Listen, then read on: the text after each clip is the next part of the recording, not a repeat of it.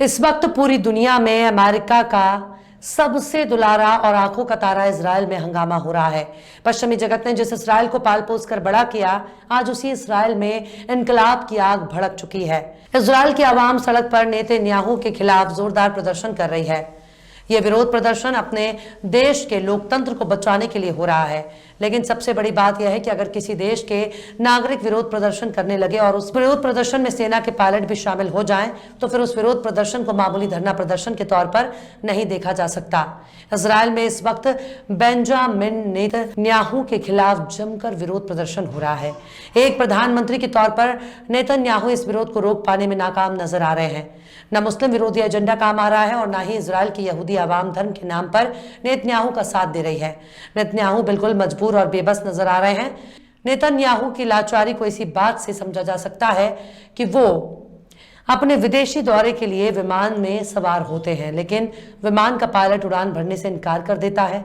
यानी जिस देश की दक्षिणपंथी राजनीतिक पार्टी ने इजराइल में वापस अपनी हुकूमत कायम करने में कामयाबी हासिल की, उसी पार्टी का प्रधानमंत्री इतना मजबूर हो चुका है कि उसे सैनिक, उसी के चाहने वाले और तो और उसी के पायलट ठेंगा दिखा रहे हैं। और सबसे हैरानी की बात यह है कि नेतन्याहू चुपचाप इस घटना को टुकुर टुकुर देखने को मजबूर हैं। इजराइल का विरोध प्रदर्शन इस बात का सबूत है कि जब तानाशाही के जरिए अपने ही लोगों को निशाना बनाने की शुरुआत हो जाए, तब ना तो धर्म काम आता है और ना ही धर्म के नाम पर कोई साथ देता है। जब ताकत, जबर और सत्ता का गुरूर सिर चढ़कर बोलने लगता है, तब धर्म को हथियार बनाने वाले ही सबसे मजबूर और बेबस नजर आते हैं। इजराइल की सड़कों पर हो रहे विरोध प्रदर्शन को देखकर ऐसा लग रहा है कि शायद इजराइल की आवाम नेतन्याहू को दुश्मन की तरह देख रही है। लेकिन इजराइल के लोगों ने सड़क पर उतरकर दिखा दिया कि वो एक पढ़ी लिखी और दिमाग से सोचने वाली कौम है।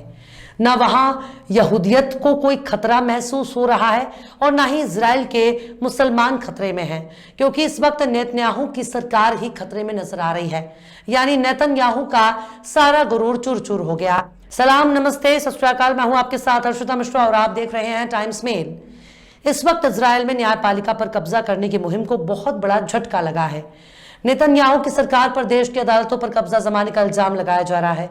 यानी नेतन्याहू और उनकी सरकार पर इल्जाम लग रहा है कि सत्ता का गलत इस्तेमाल कर रहे हैं और देश की आजाद अदालतों को कमजोर करने में लगे हुए हैं। सरकार के खिलाफ लोग सड़कों पर हैं। नेतन्याहू सरकार के खिलाफ विरोध प्रदर्शन इजराइल के इतिहास में सबसे बड़ा विरोध प्रदर्शनों में से एक बनता जा रहा है। देश के कई नामचीन चेहरे भी इस प्रदर्शन के समर्थन में आ गए हैं। बीते गुरुवार की बात है जब प्रदर्शनकारियों ने नेतन्याहू की रोम यात्रा रोकने की कोशिश में जुट गए। इन प्रदर्शनों में लड़ाकू पायलटों का एक गुट हड़ताल पर है। तकनीकी कर्मचारियों ने भी काम बंद कर दिया और पूर्व प्रधानमंत्री भी विरोध में शामिल हो गए। प्रदर्शनकारियों ने प्रधानमंत्री बेंजामिन नेतन्याहू को सड़क के रास्ते देश के मेन इंटरनेशनल एयरपोर्ट तक नहीं पहुंचने दिया, जिसके बाद उन्हें एयरलिफ्ट कर एयरपोर्ट पहुंचाया गया। यह घटना ऐसे वक्त में हो रही है जब इजराइल और फिलिस्तीन के बीच तनाव है। दरअसल इजरायली सरकार ने पिछले महीने सुप्रीम कोर्ट को लेकर एक प्रस्ताव जारी किया। इसे ओवरराइड बिल नाम दिया गया है। बताया जा रहा है कि इसके पास होने पर इजरायली संसद को सुप्रीम कोर्ट के फैसलों का पलटने का हक मिल जाएगा। अगर ये बिल पास हो जाता है तो संसद में जिसके पास भी बहुमत होगी वो सुप्रीम कोर्ट के फैसले को पलट सकेगा। नेतन्याहू का नया बिल लागू होने से किसी कानून को रद्द करने के मामले में भी सुप्रीम कोर्ट की ताकत सीमित हो जाएगी। इस बिल ने इजराइल को काफी हद तक दो हिस्सों में बांट दिया है। इजरायली सेना की रीढ़ माने जाने वाले रिजर्व विस्ट यानी सेना को सर्विस देने वाले आम नागरिकों ने कहा कि वे सेना को अपनी सेवा देने से इनकार कर सकते हैं। अल जजीरा के मुताबिक नए बिल से निर्वाचित सरकारें जजों की नियुक्ति में दखल दे सकती हैं, जिससे सही और निष्पक्ष फैसले लेने की जुडिशरी की पावर कम हो जाएगी। इजरायली सरकार समलैंगिक और अल्पसंख्यक आबादी के खिलाफ डिस्क्रिमिनेशन बिल ला रही है। इसमें डॉक्टरों और प्राइवेट कंपनियों का अधिकार होगा कि वो उन लोगों को सामान, सर्विस और इलाज ना दे जो LGBTQ+ समुदाय या अल्पसंख्यक हो।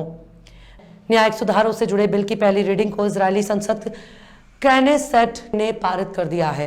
नेतन्याहू सरकार का कहना है कि इन सुधारों का जरिया वो ये पक्का करना चाहती है कि सुप्रीम कोर्ट अपनी ताकत का जरूरत से ज्यादा इस्तेमाल ना करे।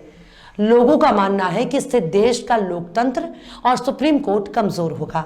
इसके साथ ही आलोचकों का कहना है कि अदालतों पर नियंत्रण के जरिए नेतन्याहू अपने खिलाफ लगे भ्रष्टाचार के मामलों से बचना चाहते हैं। बिल के विरोधियों का कहना है कि अगर यह बिल पास होकर लागू हो गया तो बेंजामिन नेतन्याहू के खिलाफ चल रहे मामले खत्म किए जा सकते हैं। खास बात यह है कि नेतन्याहू पर रिश्वत लेने, धोखाधड़ी करने और सरकारी काम में दखलंदाजी जैसे गंभीर आरोप हैं।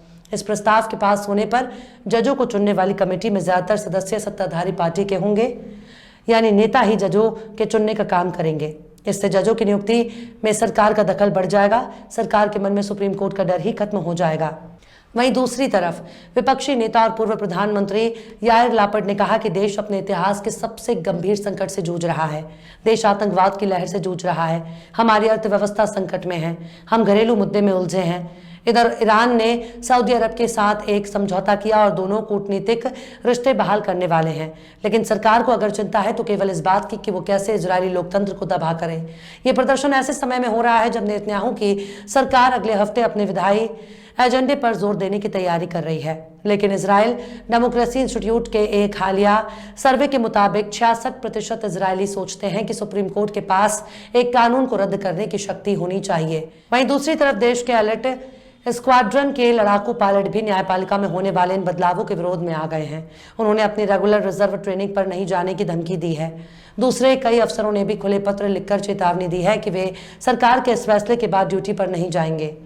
कई यहूदी इसराइलियों का मानना है कि सेना सुरक्षा के एक गढ़ का प्रतीक है जिसे राजनीति से बाहर रहना चाहिए। इन कार्रवाइयों ने सरकार के प्रस्ताव के विरोधियों और समर्थकों के बीच ध्रुवीकरण को और बढ़ा दिया है। यानी पश्चिमी दुनिया का सबसे प्यारा और राजदुलारा देश इस वक्त अपने अंदरूनी झगड़े में उलझा हुआ है। वहीं दूसरी तरफ उसके आसपास के अरब देश एक दूसरे के साथ खड़े हैं। लेकिन इजराइल आवाम इस वक्त केवल अपने लोकतंत्र की चिंता कर रही है।